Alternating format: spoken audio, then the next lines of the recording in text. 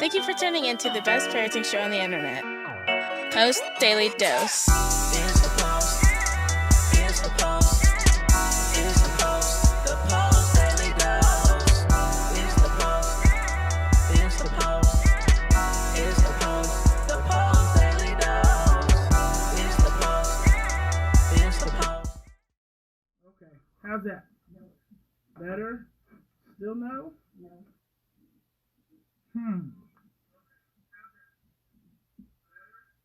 Now it's back. Yeah. Okay. Wonder what's going on. Okay. Anyway, we're rocking and rolling. That's why you should probably learn sign language. We always need a backup. Big Papa might become a grande papi and start speaking some Espanol to you, and then what you gonna do? You're gonna be like, well, we can't understand, so get your backup sign language, French, German. You never know what I might start laying down in here. I do like Mexico, so if that's any hint. All right. So Michelle says it could be higher. I don't know. Maybe something's going on with my mic.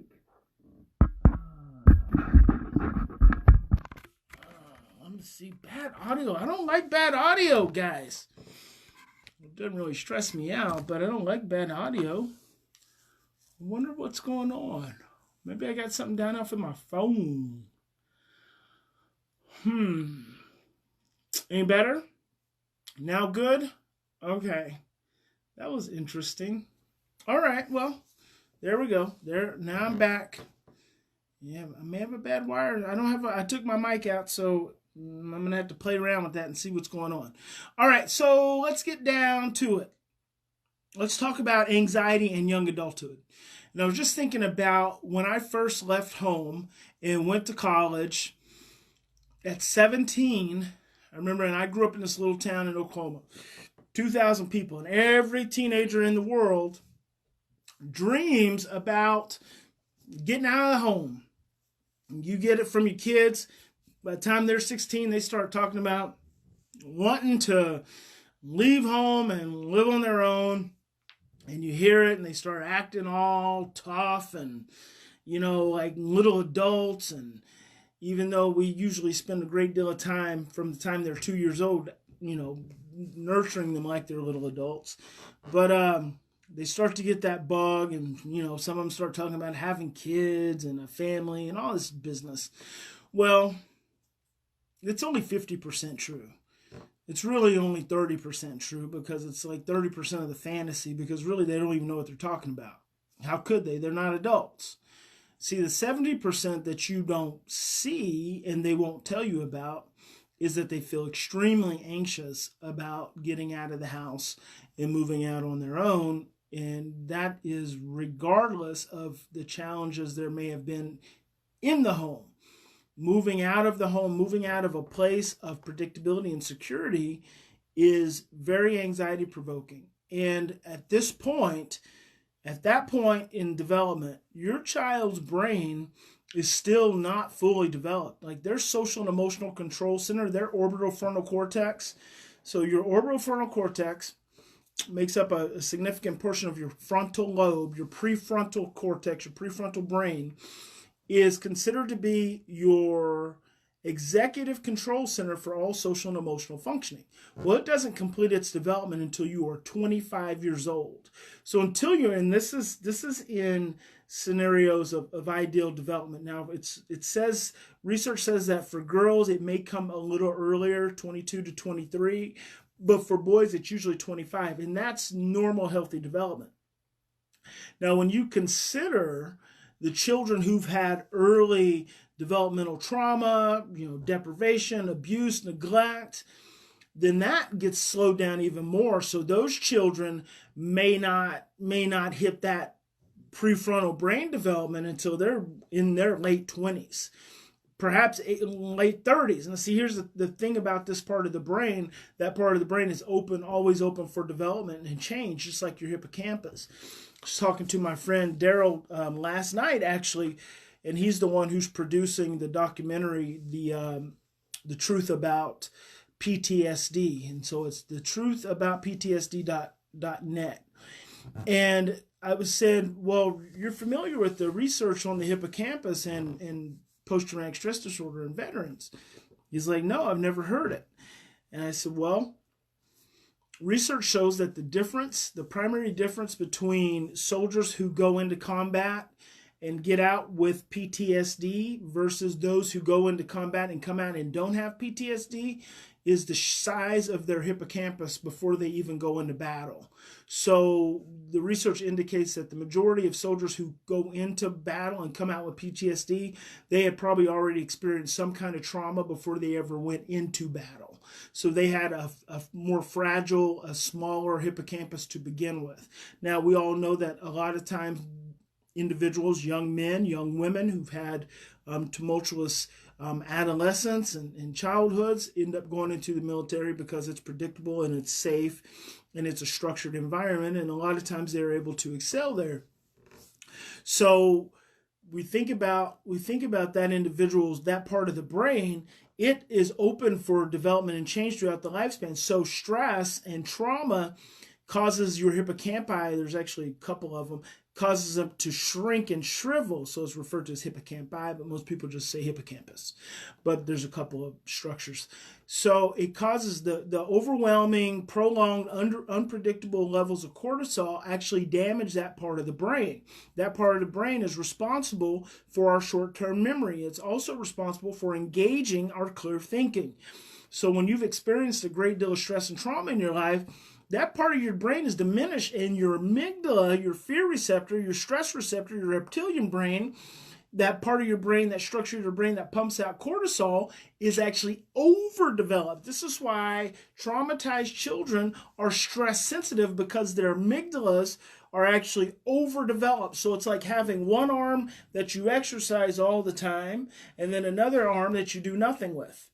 Well, what arm do you think is going to get bigger and more muscular? I mean, before long, your left arm here is looking like Arnold Schwarzenegger, and your right arm over here is looking like, a shriveled up Popeye arm, until you take the spinach. So the amygdala gets the spinach, the other arm doesn't get any spinach, then you got one arm that's super sensitive and super strong and pumps out cortisol, and it actually tears down the other one. That's what happens to the hippocampus. So over time, that structure in your brain gets smaller, the amygdala gets bigger, and therefore you become more sensitive to stress and sensory input.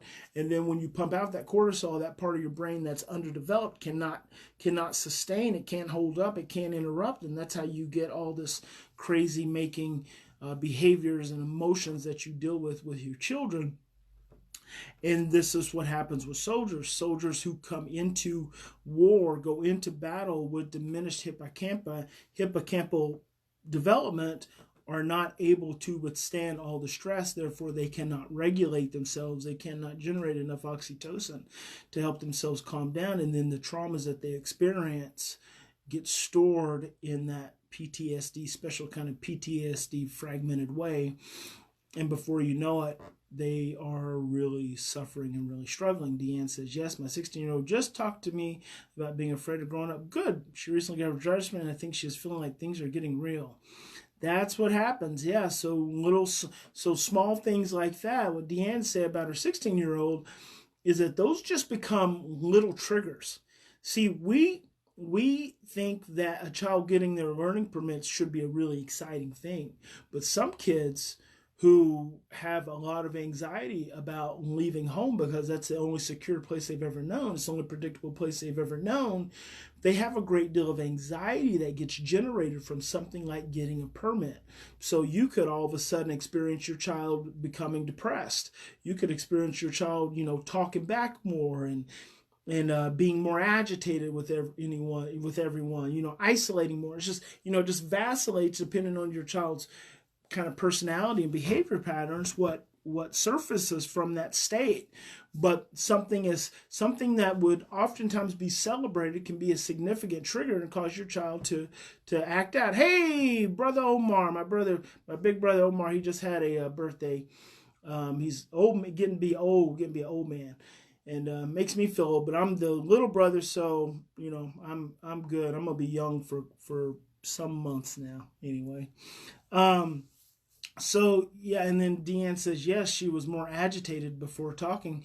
And so then, if you're not tuned into those signals that your children are giving you, you just get all the anxiety. And so, paying attention and realizing that having to leave home, yeah, it may be really exciting, but anxiety and excitement, fear and excitement come from the same part of the brain.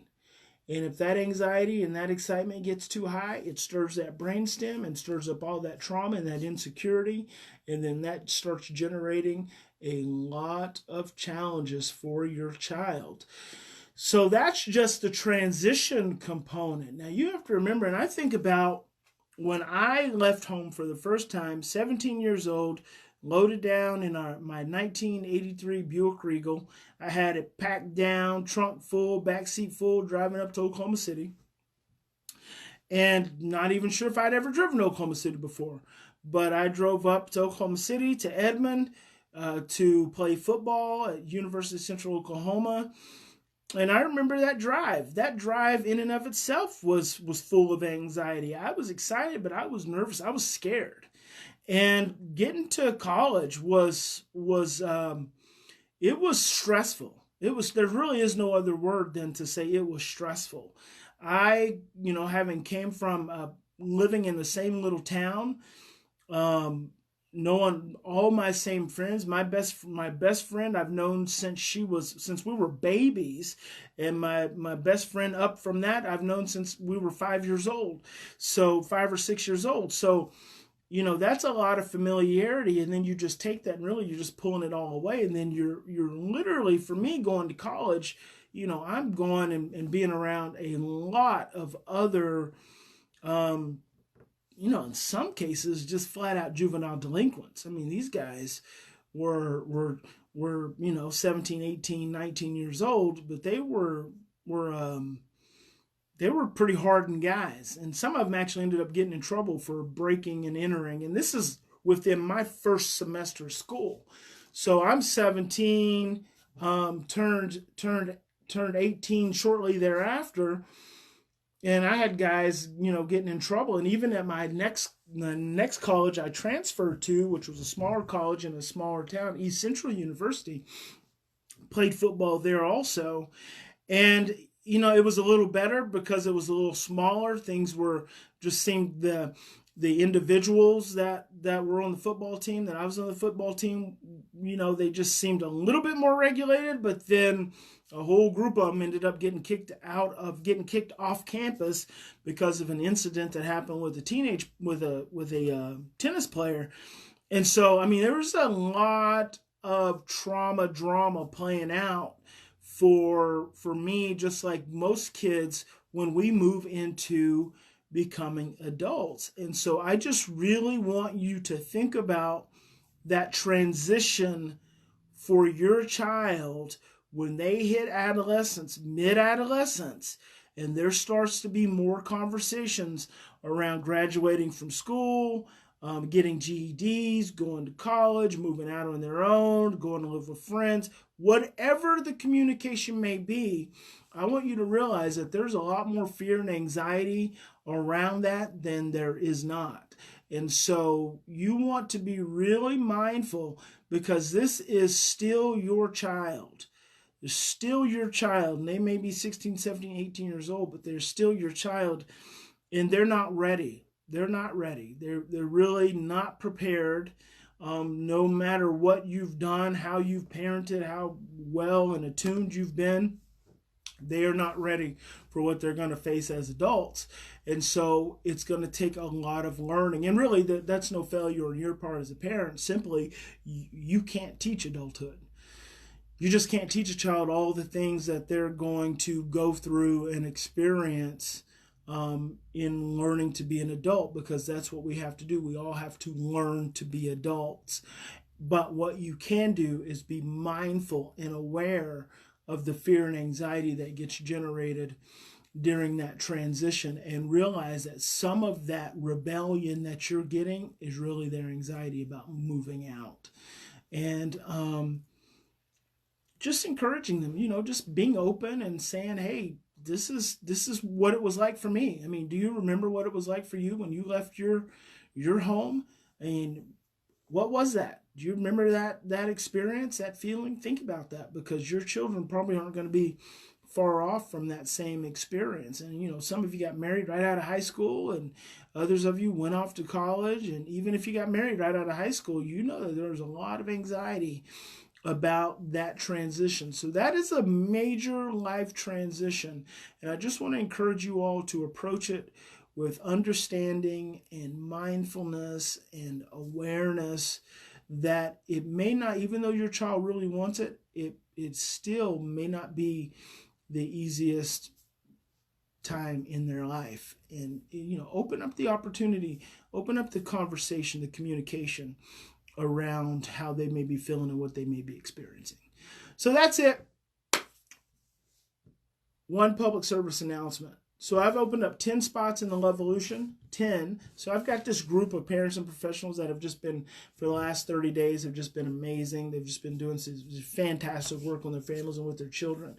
And so we've hit the end of our Parenting Matrix program.